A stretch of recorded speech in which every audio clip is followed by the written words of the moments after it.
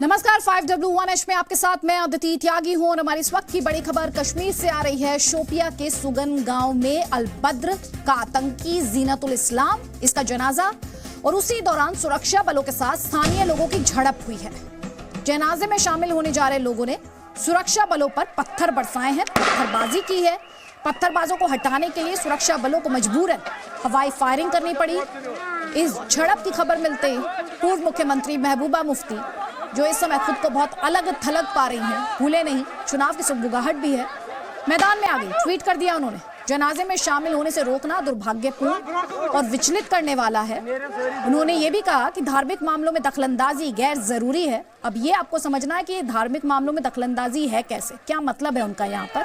और साथ ही वो ये भी कह रही हैं कि गुस्सा और अलगाव इससे और बढ़ेंगे।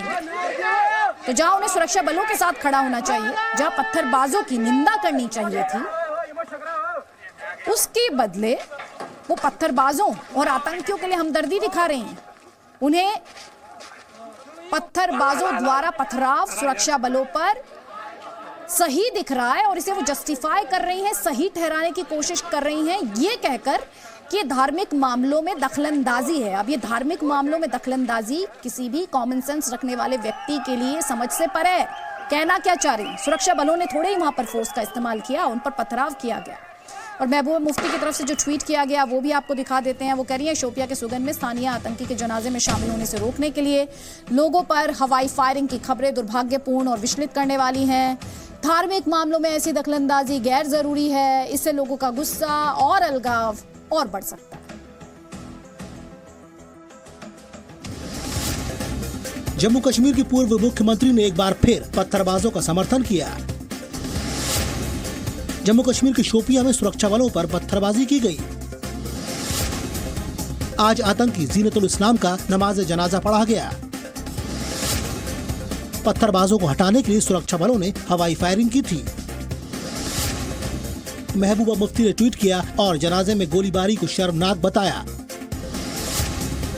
महबूबा मुफ्ती ने लिखा है कि ऐसी कार्रवाई से अलगाव बढ़ेगा।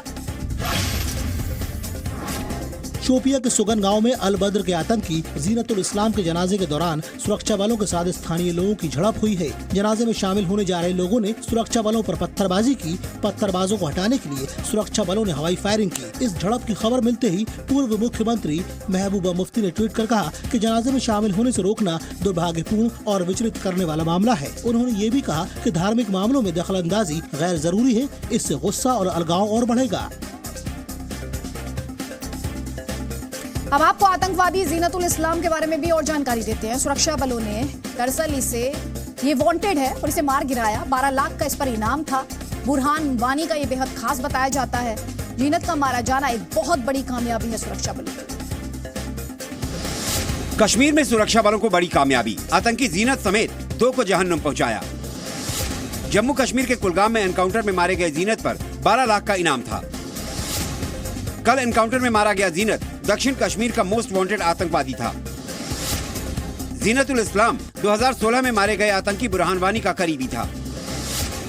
सुरक्षा बलों की हिट लिस्ट में शामिल था जीनतुल इस्लाम।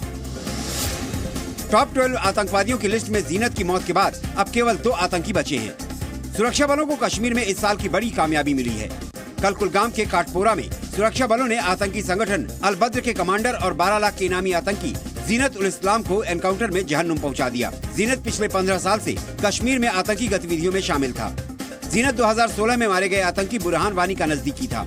सुरक्षा बलों ने कश्मीर में 12 मोस्ट वांटेड आतंकियों की जो सूची बनाई थी, उसमें जीनत भी शामिल था। आतंकी जीनत आईईडी बनाने में माहिर था और 2 दिन पहले राजौरी में आईईडी ब्लास्ट में ही मेजर शाहिद हरन वी नायर और 1 जवान शहीद हो गए थे। ऐसे में सुरक्षा बलों की इस कामयाबी को मेजर की शहादत के बदले के तौर पर देखा जा रहा है।